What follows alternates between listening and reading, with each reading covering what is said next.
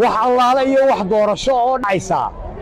ma jiro laa meesha garxajis leeyahay walaa adigu mudane ka tirsan golaha baarlamaanka iyo sharci-jidinta dalka ayaa tahay waxaad u sacabtumaysaa inaan deegaanada Soomaaliland qaarkood doorasho ka dhicin oo sanaaduq la dhigayn safarkii murashaxa iyo gudoomiyaha iyo kawaadirka wadani ay ku soo mareen dhammaan gobollada bariga oo ay maantana ku soo afmeereen gobolka Maroodijeex waxaynu ka faa'iideynaa marka ugu horreysa inuu shacabku yahay shacab nabadgeliyo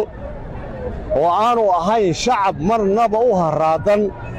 inay nabadgelyadooda iyo wadajirkooda iyo walaaltinimadooda Allah ka yeelay xadfina ku sameeyaan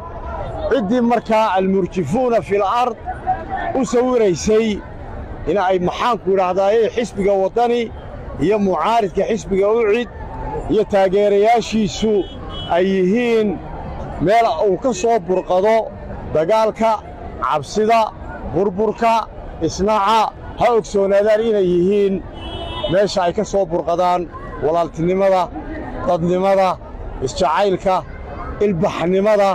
waaye aragnimada indheergaradnimada oo ay kuugu markhaati tahay markii qoorweyntoodii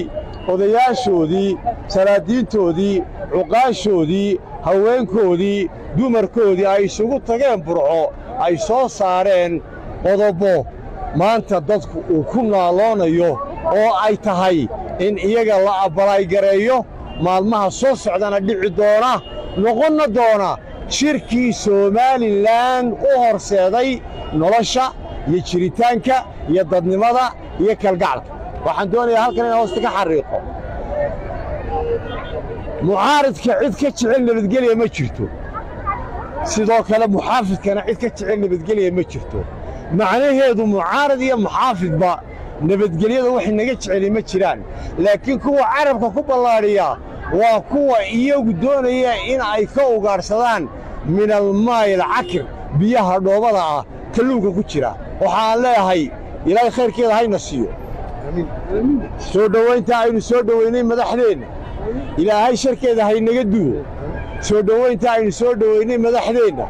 ilaahay boggeena buucad haysu mariyo hayna dariiqa saxa ah waxaanaan ugu bishaaraynaya waan arkaa marmarka qaarkood oo garab salaax baan leeyahay 13 Noofambar inta aynaan gaarin inuu dalkani ku naaloon doono nabadgelyo iyo walaaltinimo iyo wi'aam iyo isjacayl iyo isafgarad sallallahu alayhi wasallam Muhammad wa ala alihi wasallam xildhibaan madaxweyne Muuse Biixi Cabdi madaxweynaha oo ka hadlay shirka aad soo hadal qaaday burco ka dhacay waxa uu sheegay qodobada ka soo baxay aan ahayn mid Soomaaliland dhaqaysa dastuurka dalkana ay ka hor imaanayaan maya haddii sharciga la jebiyo natiijada ka timaadana waa sharci jebin haddii sharciga la oogo natiijada ka timaadana waa sharci oog marka ka aad sheegayso haddii aanu aasaas lahayn aasaasku ha saxmo qaladiman maayo aasaasku marka uu qaladka yahayna qalad fii qalad baa imanaya waxa uu yidhi shirku wuxuu yidhi waa in lagu sar jaraa intikhaabadka iyo doorashada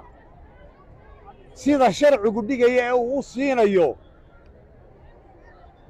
komishanka haddii la diido taas macnaheedu ma aha dastuur jebin dastuur jebinta waxa ah in indhaha laga soo saaro dastuurkii odhanayay 5 years ayuu madaxweynuhu fadhiyayaa meesha waa in concession ay ka galaan isaga iyo stakeholdersku miyay dhacday maya baarlamaanku wuu kordhiyey waxaan jeedaa guurtidu way kordhisay 2 sannadood without concession horena umay dhicin 5 sannadood bay isugu dhufteen meel allaale iyo meel ay ku taalaana ma jirto